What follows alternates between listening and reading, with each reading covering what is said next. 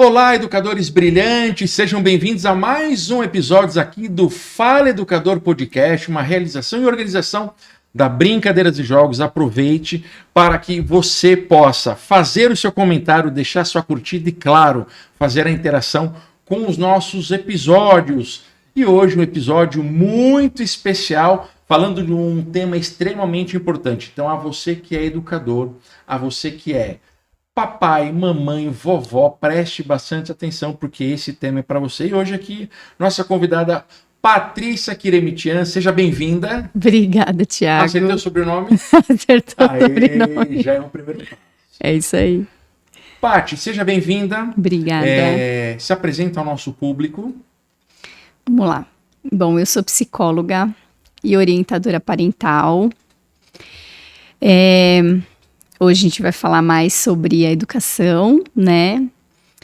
Eu cheguei até aqui, sou mãe, acho que é importante falar.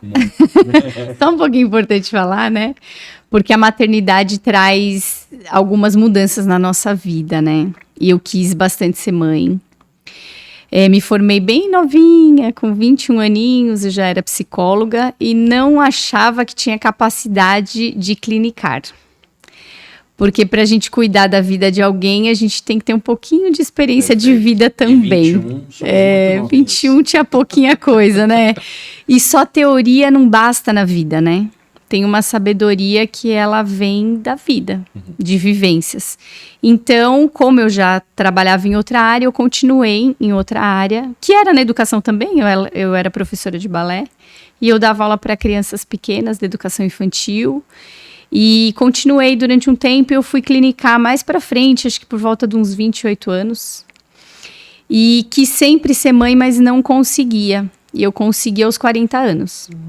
Então, dos 28 aos 40, eu atendia adultos, atendia adolescentes, atendia crianças. Mas ainda temos uma dificuldade assim, com a parentalidade, porque os pais, em geral, não todos, mas muitos ainda delegam a estrutura da criança para professores, para psicólogos, e infelizmente não é assim.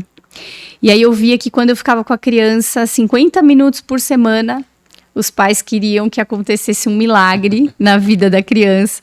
E quando eu chamava os pais, né, na verdade eu sempre atendi os pais, junto com a criança. Aí alguns psicólogos atendem só a criança. Eu não aceitava dessa forma, né? Mas eu não tinha tanta profundidade de entendimento como depois da maternidade sobre isso. Mas mesmo assim, quando eu chamava os pais, eles tiravam. Quando eu chamava a responsabilidade para os pais, eles tiravam a criança da terapia. E eu ficava frustradíssima, porque eu falava, nossa, agora que eu vou buscar a parceria, né? Que na verdade eu que estava na parceria, mas eles estavam lavando as mãos ali. E se tirar da terapia, tu consegue ver os motivos? É o medo da família entrar dentro do processo? Isso, comigo, as pessoas que vieram comigo, elas tinham dificuldade de entender que eram responsáveis por muitas questões que aconteciam com a criança. Porque hoje, com o entendimento e os estudos que eu tenho depois da maternidade e a vivência da maternidade, né, eu tenho uma frase que eu digo sempre: crianças são vítimas. Crianças sempre são vítimas. Quando a gente busca a causa na criança, a gente está buscando a causa no lugar errado. Perfeito. A criança não é a causa. Então, quando eu trazia para os pais essa responsabilidade, essa consciência, é muito doído saber que a responsabilidade é nossa. A gente fala até culpa, né? Quando fala muito de mãe, assim, a mãe é a culpa materna, nasceu a mãe, nasceu a culpa, né? Então, chamar uma mãe, mesmo chamar um pai, e por que eu falo mesmo chamar o pai? Porque socialmente ainda, né, a mãe é a sobrecarga na mãe. Mesmo o pai que é totalmente participativo, que divide a carga com a mãe, que não é favor nenhum, né? Sim, a gente já entende que não é favor nenhum. Mas mesmo assim, socialmente a gente olha, cadê a mãe daquela criança? Ninguém olha, cadê o pai daquela criança? Então, mesmo assim, quando chama a mãe, quando chama o pai e fala assim, olha, tá acontecendo alguma coisa no lar? Como que vocês estão se relacionando com essa criança?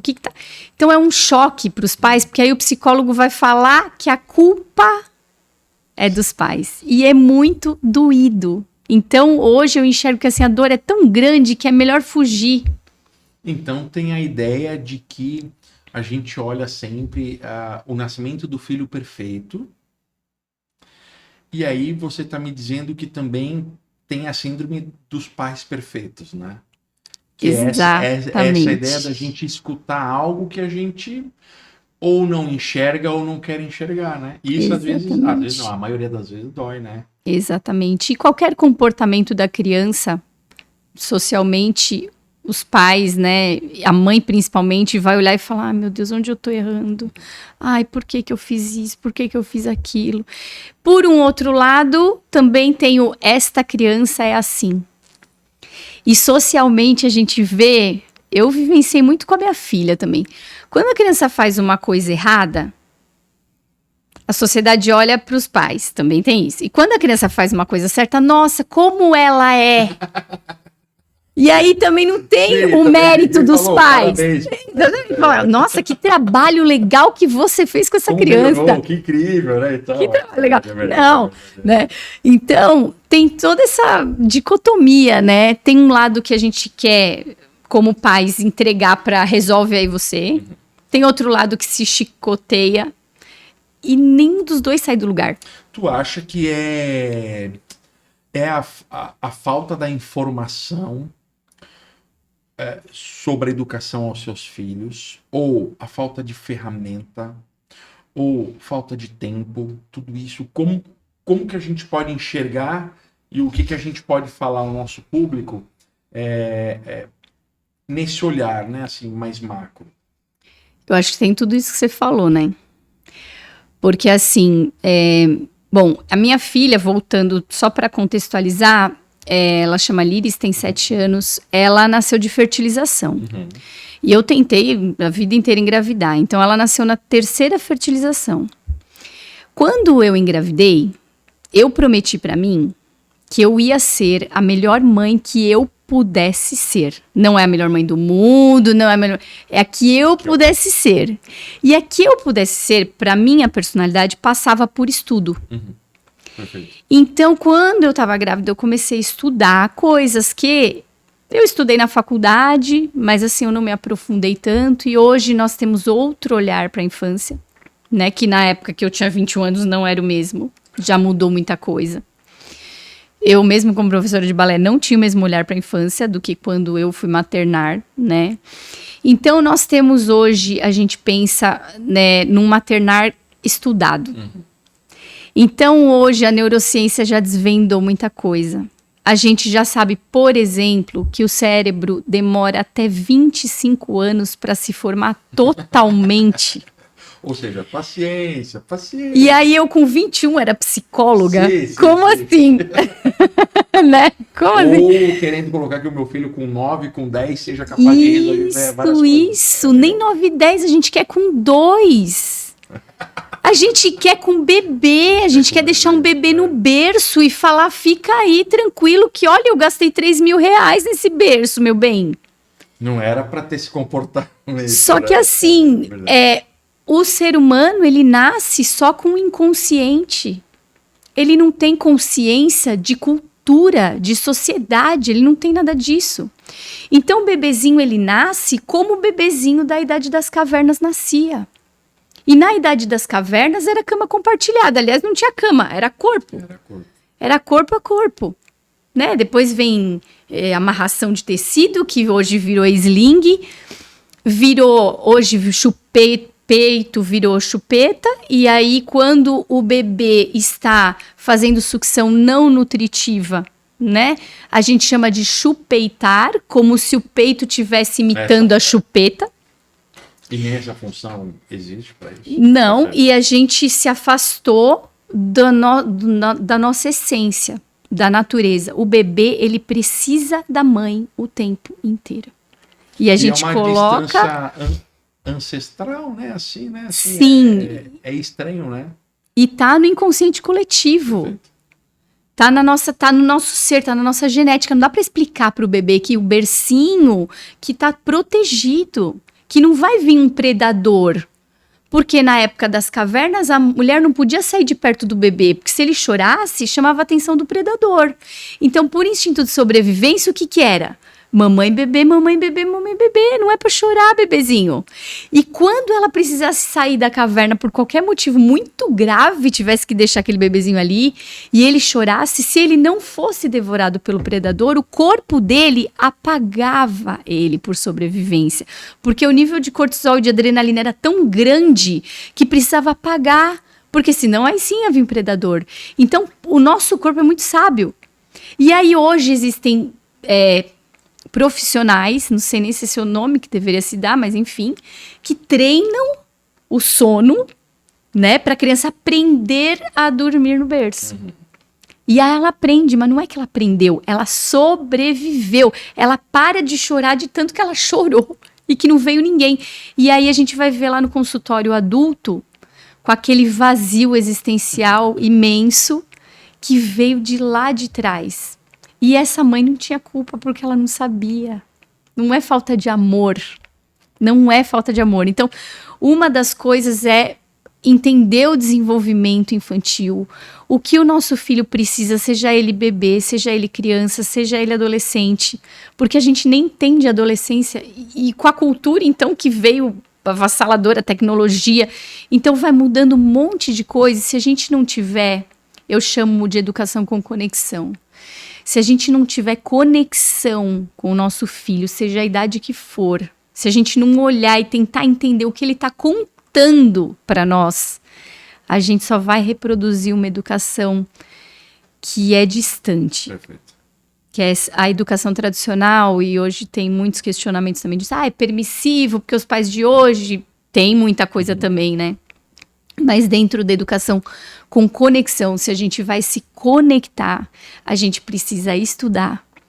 Quando a gente olha e fala, então, por exemplo, Terrible 2, que devia ser Incredible 2, porque são 2 anos incríveis, não são 2 anos terríveis. São os 2 anos que a criança está descobrindo que ela é ela, então ela pode falar não. Porque eu não sou minha mãe, eu não sou meu pai, eu sou eu. Eu posso falar não. E aí a criança começa a falar um monte de não. E aí vem aquela voz da educação tradicional falando, olha lá. Vai virar, é de pequenino que se torce o pepino. Não vai deixar essa criança mandar agora, porque depois lá na frente o que vai acontecer? E não é. Então, muitas vezes falta a ferramenta que você fala, né? Também o estudo, as técnicas. Tem técnica para lidar, tem frases. Né? A criança tá mexendo numa coisa que ela pode cair, ela não vai cair, não sobe que você cai. O que é isso, praga?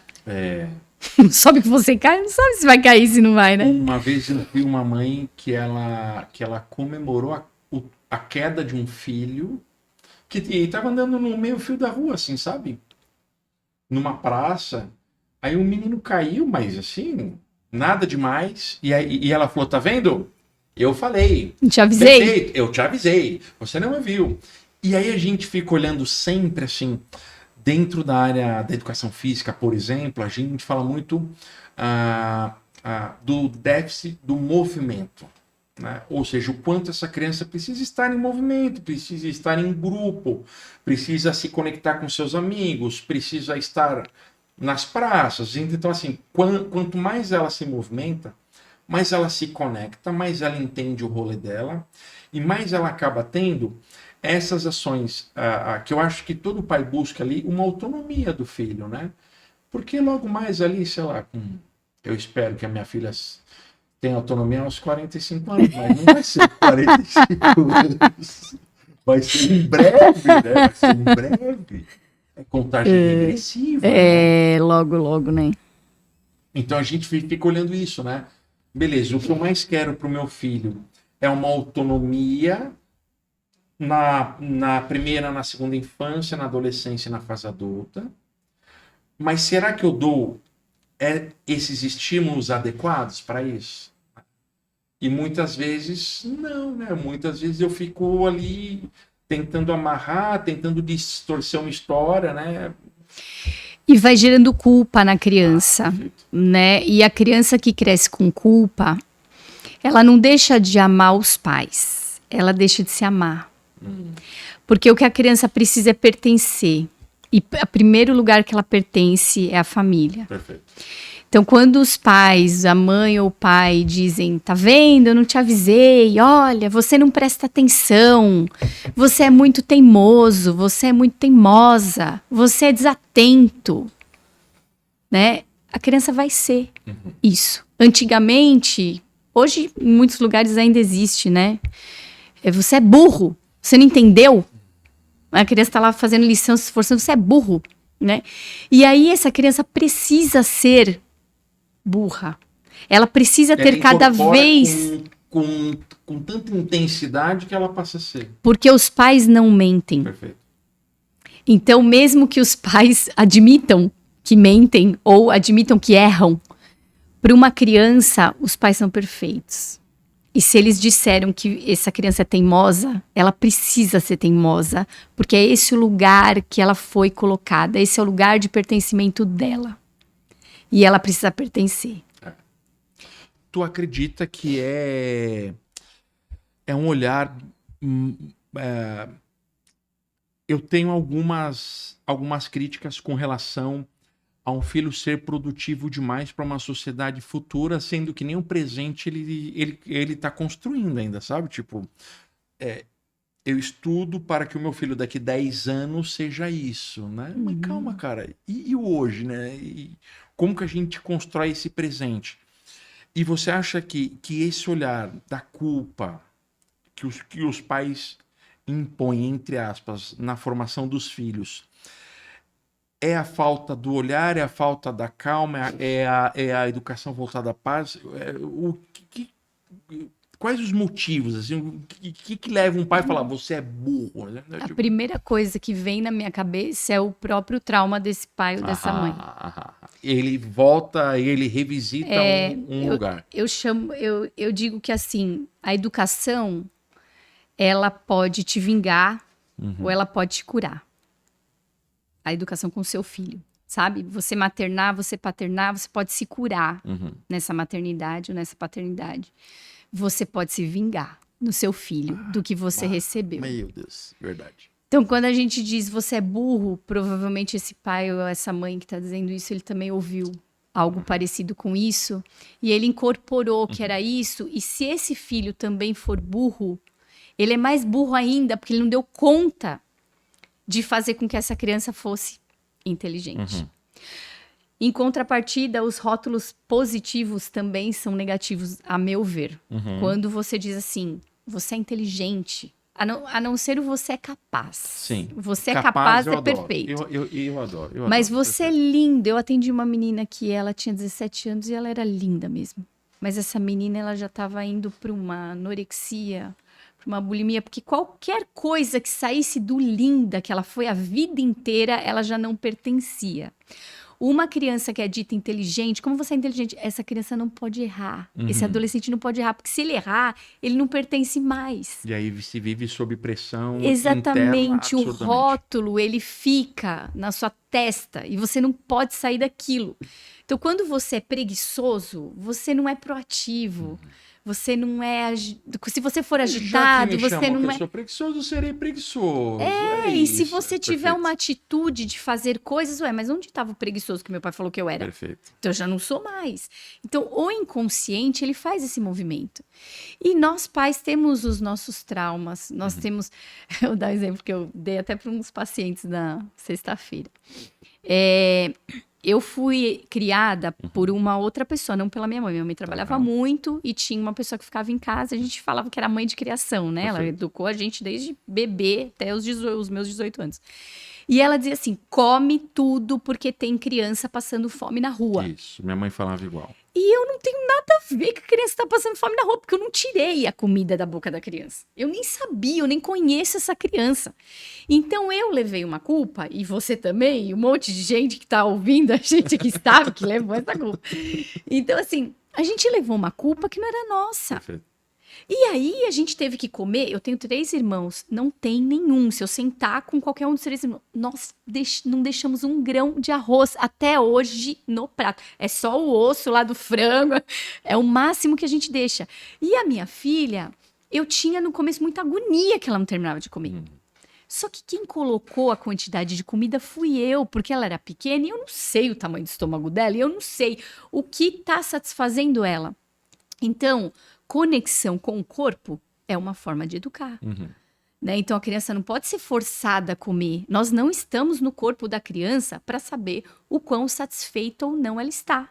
Pode ser que foi porque está agitada que quer brincar? Pode ser. Mas às vezes, se a gente está agitado, precisa trabalhar, a gente também não come. Se a gente está com pressa para outra coisa, a gente também não come. Então, tem coisas que a gente não consegue enxergar. Então, voltando lá no começo, né? Ferramenta, conhecimento, mais autoconhecimento.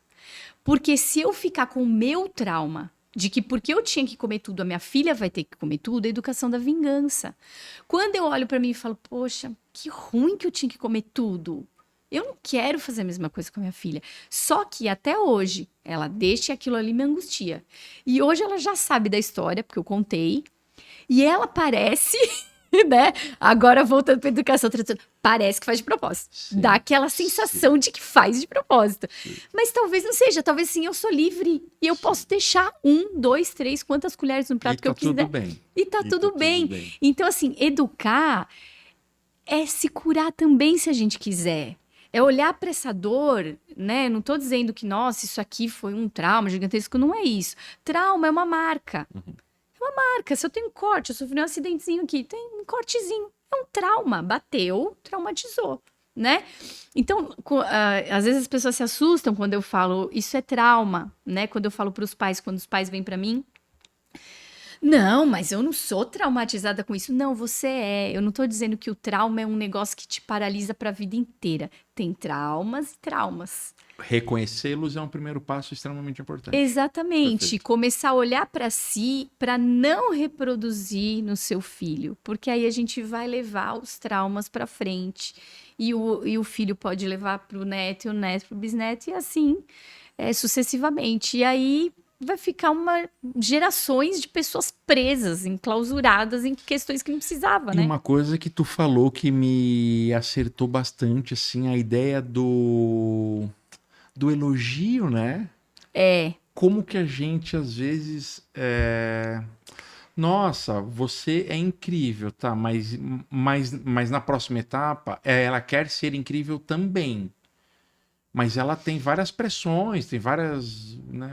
E como a gente não olha para isso, né? A gente acha que o feedback positivo ele pode ser importante, né? Mas eu acho que o processo é melhor que o adjetivo, isso, né? É isso, né? Isso, na educação positiva, na educação com conexão, a gente trabalha com potencialidades. Perfeito. Muito bom. Então, não é com rótulos. Então, não é o que você é, o que você é capaz de ser, o que você é capaz de produzir, de desenvolver, né? Então, a criança foi bem numa prova, numa lição, numa tarefa.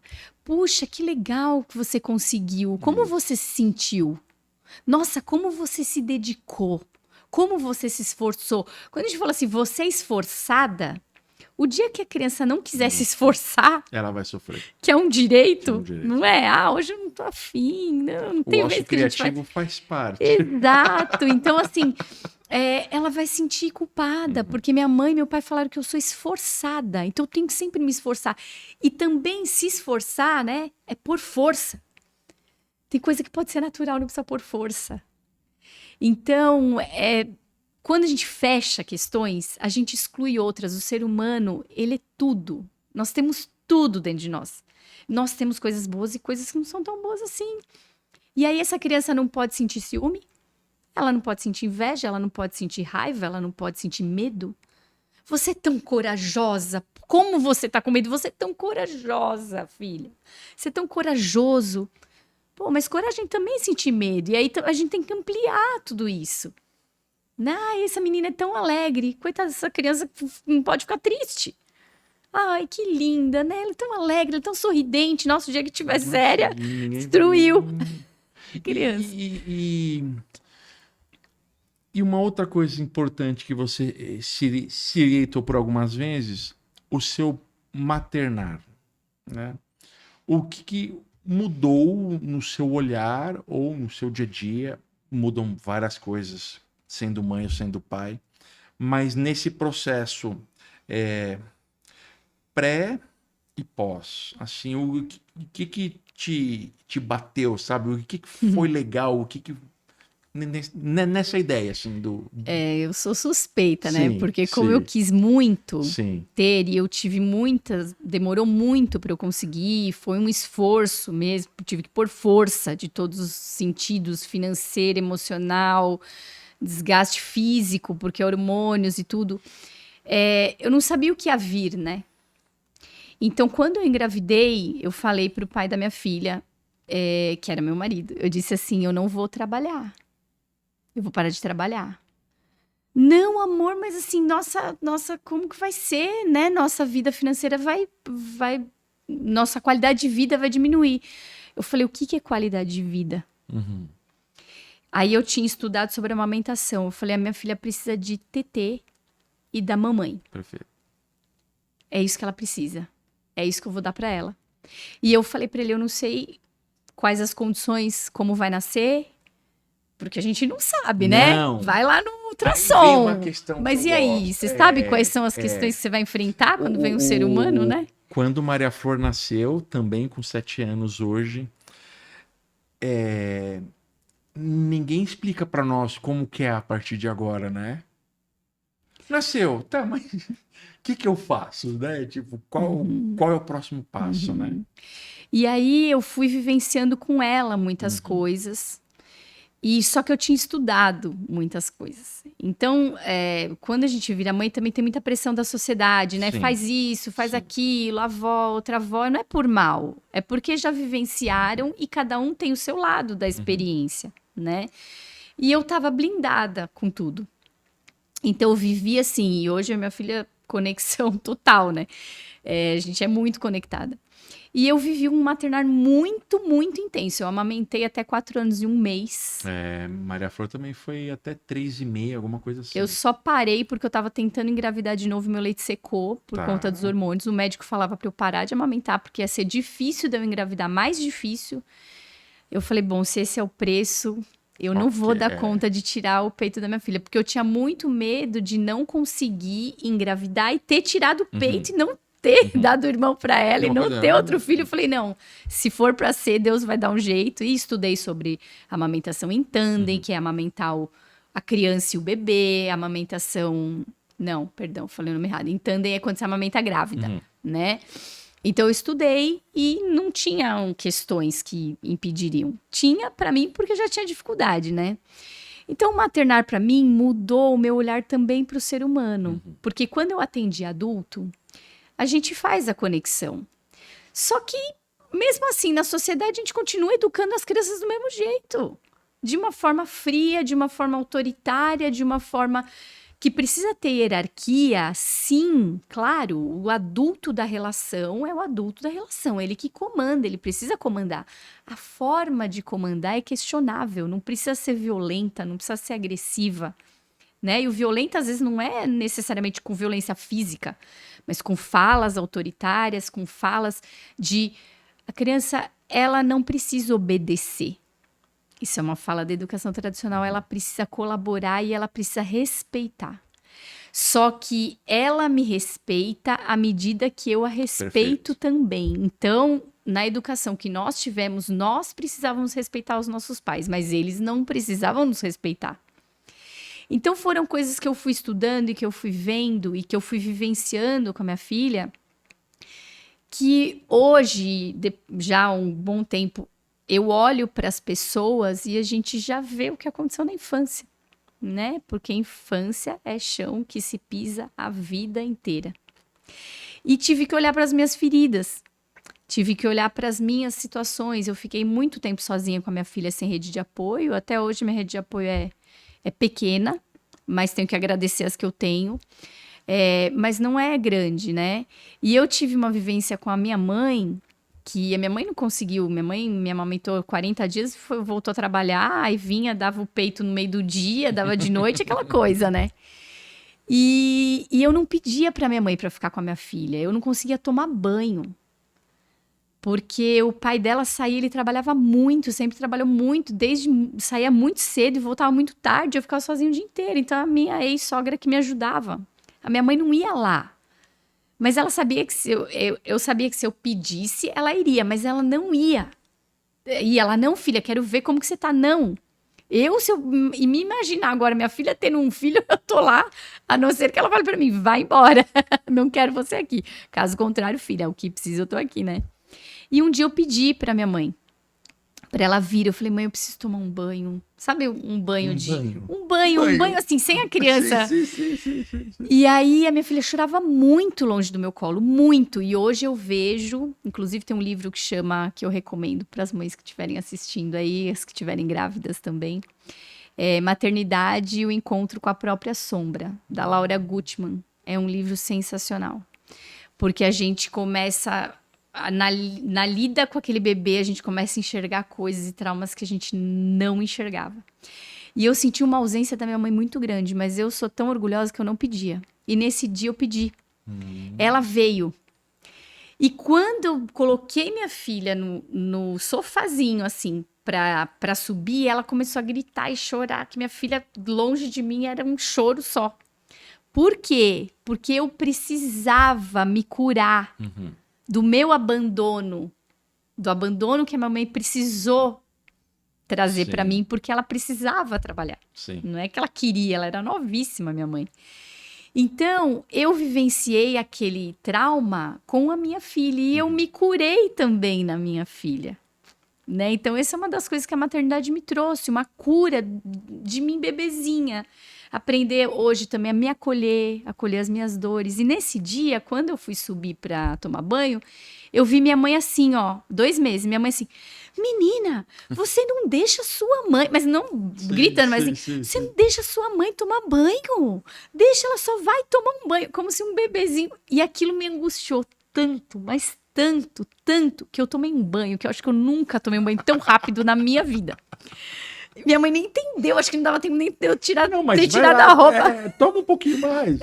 Eu voltei correndo, ela... Falei, mãe, obrigada. Já peguei ela assim, ó, com aquele desespero. Aí ela, mas filha, você nem tomou banho, você precisa se cuidar, você precisa, né? Não, eu não precisava me cuidar, eu precisava ter o mínimo de paz que a minha filha estava bem, no colo da avó, que ela estava sendo acolhida. Essa era eu me cuidar. Porque... No maternar tem esse primeiro momento do maternar, né? Os homens que estão ouvindo também é muito importante. Prestem atenção. Gente, esse momento do maternar, ele é muito difícil para a mãe. Sim, concordo. E a mãe fica muito debilitada. É uma confusão de sentimentos, tem os hormônios, tem aquela, o que eu era, o que eu sou, o que eu podia fazer, eu não posso mais. Ao mesmo tempo é uma prisão, mas é um amor gigantesco. Não todas as mães, tá? Tem várias situações também que a gente passa na maternidade. Mas, em geral, aquelas que desejavam, né? Elas têm aquela dicotomia, porque se sente culpada, porque tá cansada. Mas como assim eu posso estar cansada? Coitado do meu bebê. Se ficar longe, então é muita confusão. E o pai... Ele precisa acolher isso. E às vezes os pais, a sociedade também não prepara os pais. Uma das coisas que eu tive tem um prazer enorme. Eu curti desde o primeiro dia, Maria Flor, ajudei. Então eu sempre falei para Maria Flor assim, você na adolescência jamais vai falar que o pai ou a mãe não cuidaram de você. Porque era toda noite... Eu trocava a fralda, dava para amamentar para Mary, daqui a pouco ela chorava, eu levantava, ajudava. E eu sempre falo, né, que a mulher passa por uma fase, o homem menos, porque eu acho que o homem ele consegue sair mais de casa, ele consegue ainda ter uma rotina diferente fora de casa. Né? O quanto a presença do homem como pai é extremamente importante. Para a autoestima da mulher, para a saúde da mulher, para a saúde do casal, para para regenerar, entender esse novo amor que chegou, e esse amor, ele é dividido ou não é dividido? Então, é um amor pleno ou não é um amor pleno? Mas era só para mim, agora não é só para mim, sabe? Então, assim, o homem ali como pai, o acolhimento precisa ser 100%. E tem muita coisa que o pai consegue fazer com o bebê, mas tem coisa que não dá. Que não faz. Perfeito. E aí ele precisa dar esse suporte para a mãe também se sentir acolhida, para a mãe também se sentir protegida, porque quando nasce o bebê, todo mundo só olha para o bebê. A mãe, quando estava grávida, ela era rainha. Aí nasceu o bebê é o rei, ou a rainha, ou o príncipe, a princesa, e você não é mais nada.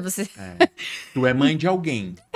Isso. Só que também tem essa questão de um amor que às vezes é construído. Não é um amor, né? Tem muitas mães que me relatam, nasceu. Eu olhei e falei, e agora? Não é assim, nossa, que amor, vem meu filho. Não é assim que acontece também o maternário e o paternário. Você olha e fala, meu Deus, agora tem um ser que depende de mim para sobreviver. E eu faço o que com isso agora? E aí vem as próprias questões, vem todo o desgaste do pai e da mãe, tem a privação de sono, tem a relação do casal que fica ali interrompida por um momento, tem casais que fica por muito tempo, tem casais que fica menos. Precisa de uma sabedoria para lidar com tudo isso, né? Uma transformação. Não dá para falar assim, agora, eu preciso... Tudo bem, quando dá, ter o momento da mãe, o momento do pai, mas no começo não é assim, né? Não dá para falar assim, olha, eu casei, então eu casei, aí eu quero ter o meu momento de solteiro. Ué, você não decidiu casar? Como assim seu momento solteiro? Você pode ter momentos a sós, com você mesmo, mas o seu momento solteiro no outro sentido não vai dar, né? Então, quando nasce o filho também, agora somos 3. Ou somos 4, ou somos 5. Não somos mais 2. Não dá para falar que somos mais 2. Precisa dos momentos do casal? Precisa manter a relação do casal? Precisa. É super importante para o relacionamento, para manter o relacionamento para a criança, né? Que é saudável para a criança, inclusive entender que existem. Mas isso é feito paulatinamente, com muito tato, porque esse bebê, ele precisa de toda a atenção, né? Ô, Patrícia, e você acha que... Porque a gente está passando... O mundo passou por várias revoluções. Industrial, comercial, humana. E a gente está numa revolução tecnológica, né? Talvez os nossos filhos fazem parte da primeira geração que tem Wi-Fi na rua. Né, assim, 100%. Antes a gente ia na biblioteca porque tinha ali, né? Ia no café, né? Como que você enxerga essa tecnologia? Tu acha que ela distancia como a gente acredita, enxerga? Ou ela pode também nos aproximar em algumas questões? Para a formação da criança. Eu acho que é um caminho sem volta. Perfeito. Não tem como a gente ignorar, fingir que não existe, né? Mas eu acho que tá tudo muito rápido. E, assim, a gente pode usar o recurso, por exemplo, de uma criança ficar no celular, mas a gente tem que usar com muita parcimônia. Mas é muita, porque quando a gente vai ver aquilo ali já virou... As crianças, elas sabem mexer em coisas que a gente não sabe. Então, assim, não é recomendado que criança tenha celular, não é recomendado que criança mexa em celular, muito menos sozinha, né, sem controle. E isso vai deixando a criança mais distante do ser humano, né? Tem uma educadora parental que ela fala assim para o filho dela e para os orientandos dela também. Sol é prioridade, pessoas são prioridade. Então, num dado momento, você pode utilizar a tecnologia. Chegou alguém em casa, pessoas são prioridade. Concordo plenamente. Né? Tá sol, vamos ver o sol, vamos sair para fazer atividade física, vamos ver um jardim, vamos num parque, vamos passear de carro e ver as árvores, quantas árvores tem e a natureza, enfim, qualquer coisa que a gente possa se conectar. Né? No fim do ano, eu viajei com o pai da Liris, que era meu marido na época, que não faz tanto tempo, e a gente foi pro Beto Carreiro, lá pro sul, de carro. E nós tínhamos um joguinho, e assim, a gente saiu 4 da manhã um rolê pra achar que a criança vai dormir e a criança acordou 4 da manhã e ela ficou a viagem inteira acordada. E eu passando mal, porque eu não consigo ficar... E o Danilo tentando entreter ela, o que que faz, eu passando mal dentro do carro, filha, pelo amor de Deus, dorme. Não dorme. E assim, celular não é uma opção. Então nós tínhamos um joguinho que era até para ajudar na CD, eu não lembro, mas é um joguinho muito legal. Pena que eu não tenho aqui para mostrar. Um jogo de cartas, só que são cartas que propõem atividades. E são atividades faladas, não precisava nem... Então, era assim, conta uma história triste que você passou. E aí, o pai dela contava, eu contava, ela contava. Conta uma vez que você defendeu um amigo. E aí, a gente contava, e foi muito legal. Porque, assim, na volta foi mais legal, porque eu não tava passando mal, né? E tem muita carta naquele baralho, muito legal. E tinha muita atividade. E nós ficamos 10 horas. O tempo inteiro da viagem a gente ficou naquele joguinho. E quando o jogo pede, a imersão é profunda, sensacional, né? E nós lembramos de coisas da infância. E ela conectou. Nossa, pai, aconteceu isso com seus amigos. Nossa, mãe, você viveu isso. Então, assim, eu e ele, a gente já tinha esse contato próximo de contar coisas mesmo. Mas é um joguinho muito legal, porque para quem não tem... E é importante ter essa conexão de contar coisas, né? De contar quando uma criança tá triste, a gente poder falar que num dado momento da vida a gente ficou triste, o que a gente fez para recuperar aquilo ali. Isso é conexão, né? Eu vivi também, filha, eu vivi também, filho, né? Poxa, a criança tá no mercado, ela quer um doce, você fala não, ela começa a se jogar no chão. Você dá o doce por causa disso? É essa a questão? Não é essa a questão, mas você pode acolher os sentimentos, você pode falar, puxa, também quando falaram não pra mim, teve uma situação ali que fiquei tão triste, filha, olha, mas eu tive que aceitar que aquele não era importante pra mim. Então tem muitas formas da gente lidar com situações, e aí voltando, eu sempre viajo nas histórias, vou pro outro lado, né, mas voltando na tecnologia, eu vou indo, a minha cabeça vai indo pra outro lugar. Então, conexão. Se a gente deixar os nossos filhos conectados na tela, eles não estão conectados conosco. As telas, elas são importantes, né? A tecnologia é importante, mas assim, se você der um celular para sua filha com 11 anos, ela não vai ficar defasada. Com 11 anos, ela vai saber mexer, em, sei lá, 2 semanas ela vai mexer igual a criança que mexia desde 1 aninho. Eu fui uma vez num restaurante e eu vi um bebê com celular, assim. Gente, não dá. Para mim, eu realmente... Eu tenho uma frase num livro meu que eu falo assim, ó... duvide da infância que troca brincar num gramado por um celular. Isso. Natureza, pés no chão, temperatura, mais pessoas, descobertas... Porque cada vez mais a gente vai para um caminho de que a tecnologia é fato, está posta, né? E aí tu fala uma coisa interessante, né? Como isso é acelerado, né? A gente está falando em 2025, por exemplo, das inteligências artificiais. Saiu um estudo agora em julho que falava que em 2015 as inteligências artificiais participavam de 0,8% das ações produtivas na internet. Hoje é mais de 70%. A gente está falando de nem de 10 anos. Se nós olharmos o quanto isso mudou de 2 anos para cá, então cada vez mais essas micro-revoluções elas vão fazer com que a gente estude um pouco mais. Aí volta quando você fala, né, que você foi uma mãe estudada, né? Da gente entender como que isso acontece, como que a gente pode dar um caminho mínimo para uma formação honesta, justa, democrática, bacana, legal, né? Olhando para esse cenário. Por que eu fiz essa questão? Para a gente entender que a criança é um ser num período muito curto da vida, né? Muito curto. Se ele viver 90 anos, 10% é infância, né? Assim, 10, 11 anos ali, né? Então, às vezes, a gente acha, né, que é um momento muito longo da vida, mas não, né? Assim, representa um tempinho perto de uma vida inteira. E o quanto a gente pode trazer para dentro de uma formação algo que eu posso colher depois, né?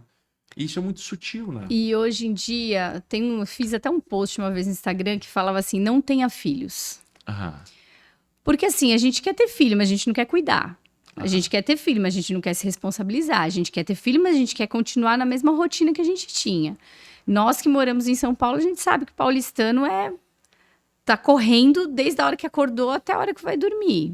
Ele tá no celular o tempo inteiro, ele tá resolvendo problema o tempo inteiro. Então, pra que ter filho se você não vai nem dar o mínimo de conexão? Você vai conectar o seu filho no celular desde bebê, porque todo mundo conecta, porque a tecnologia... Então, assim, tá muito difícil também, cada vez mais para os pais, conseguirem segurar isso, porque a maioria das crianças utilizam.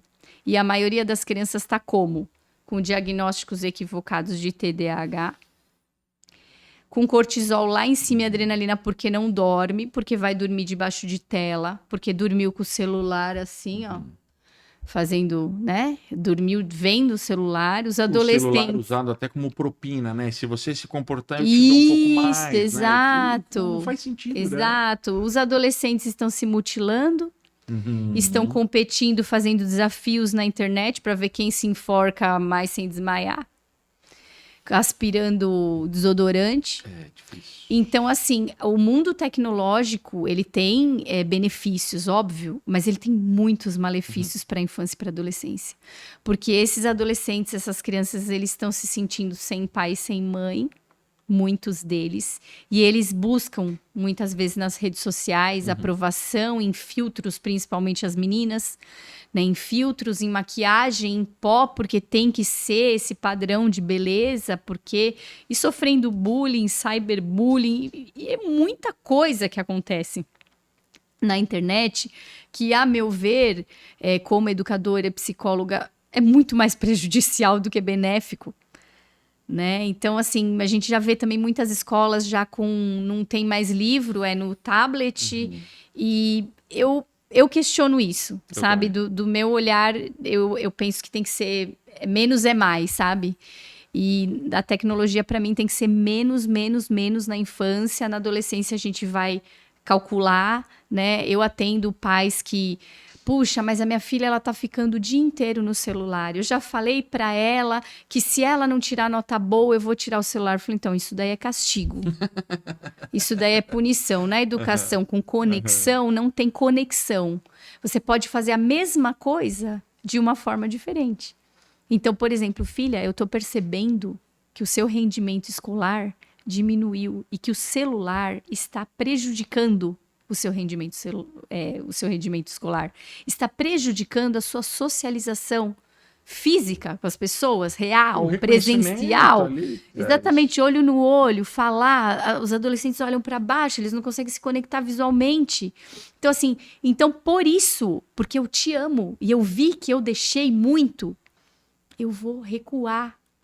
Então, agora, vamos combinar aqui, ó, você tem X horas, como você quer distribuir?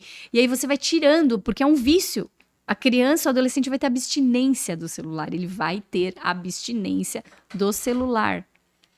Então, a gente precisa tentar recuar. Quando eu oriento os pais, né, porque hoje em dia eu não trabalho com criança, eu trabalho com os pais. Então, os pais vêm, eu atendo os pais e eu vou entender a criança através do olhar dos pais.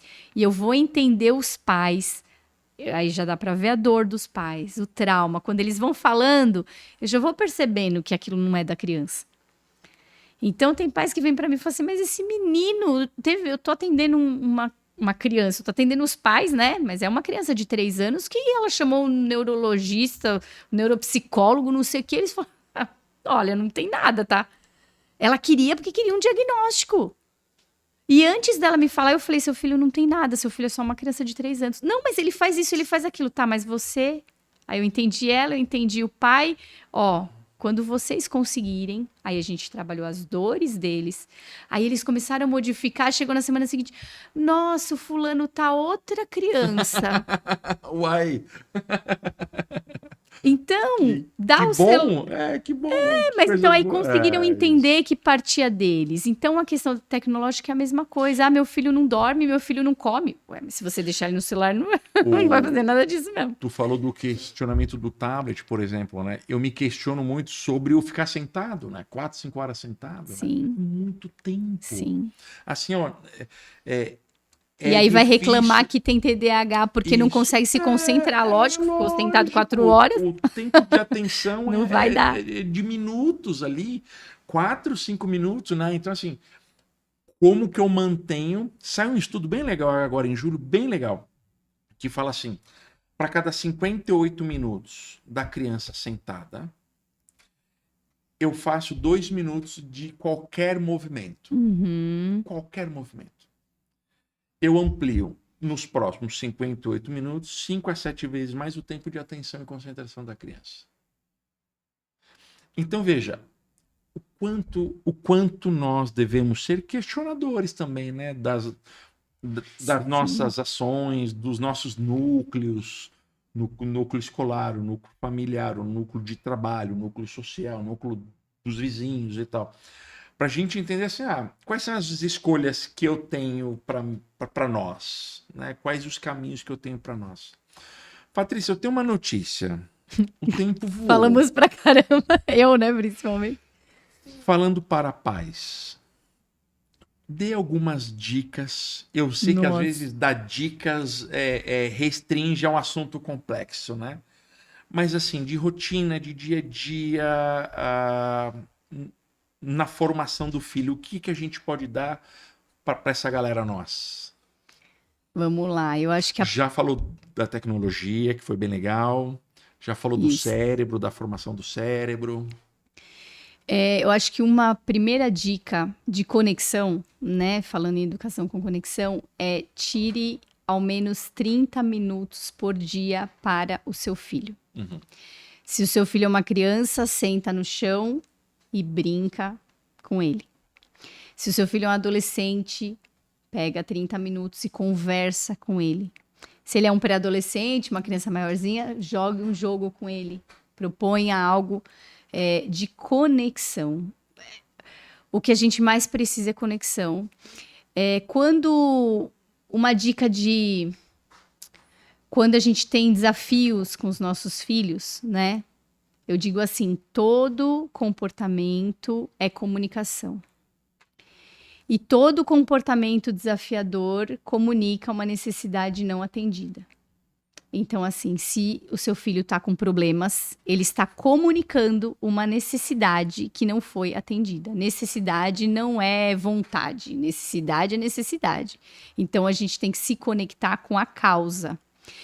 E uma outra, não é uma dica, na verdade, é uma reflexão, né? Falando de inteligência emocional, eu gosto muito dessa frase que é do Daniel Goleman. Todos os sentimentos são aceitáveis, mas nem todos os comportamentos são. Então, falando em acolhimento de sentimento, de raiva, tristeza, medo, hoje não dá para falar, mas os sentimentos podem ser aceitos e devem ser aceitos. A criança pode ter raiva. O que ela vai fazer com a raiva, aí é outra coisa. Ela pode ter medo, se ela vai ou não conseguir enfrentar o medo, também é outra coisa. Ela pode ficar triste, se ela vai deixar essa tristeza dominar e tomar conta da vida dela, é outra coisa. Então, todos os sentimentos são aceitáveis, mas nem todos os comportamentos são. Nós estamos numa geração também que limita sentimentos. Não fica triste que a mamãe vai ficar triste. Ué. O que A tem a ver com B? Exatamente, né? E uma geração que permite comportamentos, muitas vezes explosões de raiva inadequadas, né? Batendo nos pais, batendo em outras crianças, que aí é comportamento. A raiva, ela pode ser aceita e acolhida. O comportamento da raiva é que a gente vai ter que organizar essa criança que está aprendendo. Então, às vezes, a gente pune o sentimento e permite o comportamento, faz ao contrário, né? Então, eu penso que Que essa, para mim, é uma dica muito valiosa. Se a gente não separar sentimento de comportamento, educação com conexão não vai dar certo, E quando não. você começa a falar do tirar 30 minutos ali, do estar presente, do brincar... Sem telas, tá? Sem celular, nem da mãe, nem do pai, nem do filho. O brincar vem da palavra vinculum, né?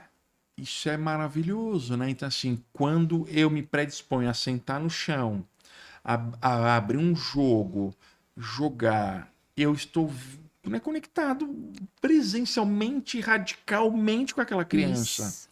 E o quanto a gente pode dar o tempo para que a criança também dê o tempo dela, né, para nós. E quantas coisas surgem numa brincadeira de conversas, de coisas que lembrou e pode te contar, ou mesmo sentar para almoçar juntos e é sem tela, é sem televisão, é sem nada. Vamos conversar aqui como foi meu dia, como foi o seu dia, né? O brincar para a primeira infância é o essencial. É o essencial. Não tem como conectar com uma criança pequena se não for também através do brincar. O brincar é essencial, a criança aprende brincando. As conexões cerebrais se formam brincando. A gente tem um livro, que esse livro virou... O livro chamava Bora Brincar. E aí agora, pela editora Voz, chama Vamos Brincar. Mas no Bora Brincar, então, na primeira edição, na capa do livro, tinha uma criança com uma placa. Não perturbe, estamos brincando. Que legal. Muito bom. Né? E brincadeira é coisa séria, né? Brincadeira é coisa Brincar séria. É coisa séria. A gente não leva a sério. Tem e que o levar. Quanto tem a parte séria e tem a parte, o que a Kishimoto fala, né? A parte divertida da ação também é importante, né? Essa parte lúdica, né? Da diversão, sem às vezes... Porque às vezes eu posso brincar usando como um meio de aprendizagem de algum conteúdo logo mais. Mas eu posso brincar pelo brincar, né? E o quanto rico isso é, né? Sim. Porque às vezes a gente ouve alguns pais assim, mas eu vou brincar só pra isso? Não, cara, não. Tem esse coisas. pai que fala vai brincar só pra isso é porque ele se pune ou ele se sentiu mal ou porque brincou. Perfeito. Ou porque não pôde brincar, e aí na educação da vingança meu filho também não vai poder, e eu não vou conseguir sentar para brincar, porque eu tô tão fechado pra vida, porque brincar traz alegria. O adulto brincar traz alegria. Sim. E esse adulto que não tá conseguindo se abrir pro brincar. Brincar né? É só isso, é uma então loucura. É curativo. Né? Exatamente. Então é curativo. E o brincar de aprender, né? Quando o cérebro que se sente ameaçado, ele não aprende. Porque o racional, que é o córtex pré-frontal, a gente fala que ele é sequestrado quando você se sente em ameaça. Então, quando uma criança, por exemplo, é punida, quando uma criança tem um professor rígido que está ensinando ali, não é no brincar, não é na ludicidade, não é, né? Estou fazendo um comparativo porque o brincar aprende porque é leve, porque você está feliz. E quando você está feliz, seu cortisol não está alto, e você tem o seu cérebro para funcionar. Agora, quando você não está bem, quando é uma obrigação, quando é uma coisa chata, quando que você está ali sendo pressionado, o seu cérebro não funciona, então não vai aprender. Por isso que o brincar ensina, né? Porque ele é leve, então a criança conecta. E a escuta dos pais é fundamental, né?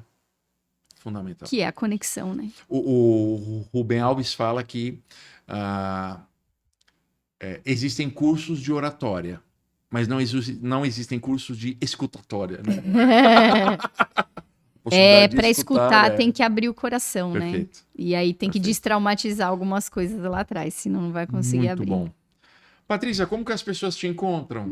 Bom, tem o meu Instagram, Perfeito. Que é Aprender com a Maternidade. Eu fiz ele bem despretensiosamente para contar as minhas experiências, né?